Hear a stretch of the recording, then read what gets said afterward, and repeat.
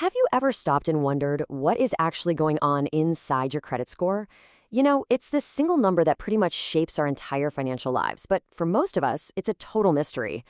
What if we could crack that mystery wide open? Well, today, we're going to dive into some new research that does exactly that. It's about using AI to build a credit system that's not just powerful, but also fair and, get this, completely transparent. So let's just jump right in. The answer to this question, this one number, can literally determine the car you buy, the house you get to live in, even the interest rates you'll pay for years. So when a lender is making that decision about you, how do they actually decide? And, maybe more importantly, how can you be sure that their decision was fair? And right there, that's where we hit the central conflict. See, on one side, you've got the lenders. Their goal is simple. They want the most accurate model possible to predict who's going to pay back a loan. But on the other side, there's you, the consumer. And you have a legal right to understand why you are either approved or denied. For a long, long time, these two goals have been bumping up against each other. Now, to get those super accurate predictions, banks are turning to an incredibly powerful tool, artificial intelligence. And listen, we are not talking about simple spreadsheets here. These are really complex machine learning algorithms that can sift through enormous amounts of data to find patterns that no human ever could. And this isn't some far-off futuristic thing. A recent study actually found that over half of European banks are already using AI for credit scoring. I mean, this is a massive shift in how these huge financial decisions are made, and it is happening right now as we speak. But all of this power comes with a pretty big catch. While these AI models are amazing at predicting who's a good risk, they often do it in a way that is completely hidden from view. It creates what experts call the black box problem. So, what in the world is a black box? Well, imagine you feed a whole bunch of data into a machine, and out the other side pops a highly accurate answer. The problem is, the inside of the machine is so complicated that even the people who built it can't fully explain how it got to that answer. It gives you the what, but it completely hides the why.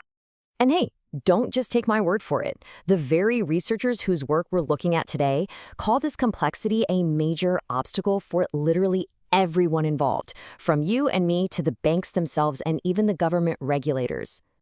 Okay, now take a look at this, because this is what happens when you peek inside one of these black boxes.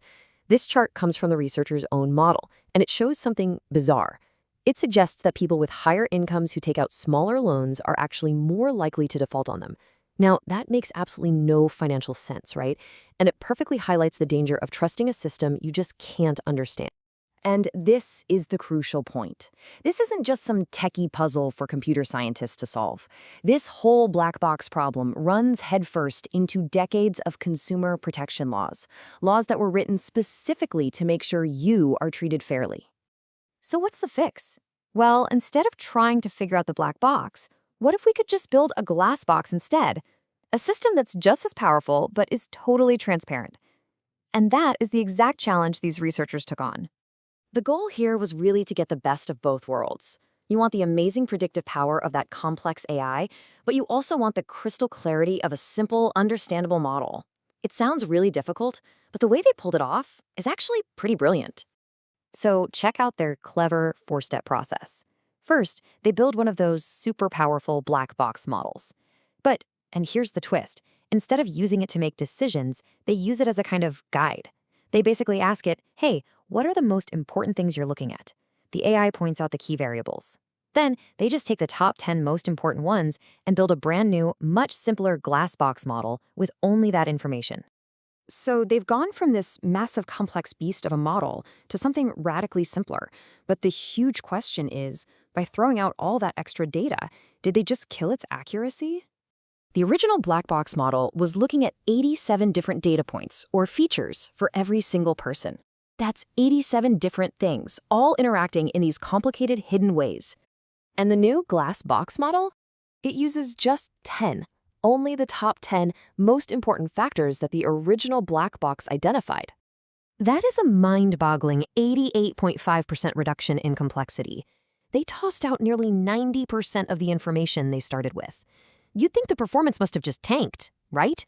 Well, the results are pretty amazing.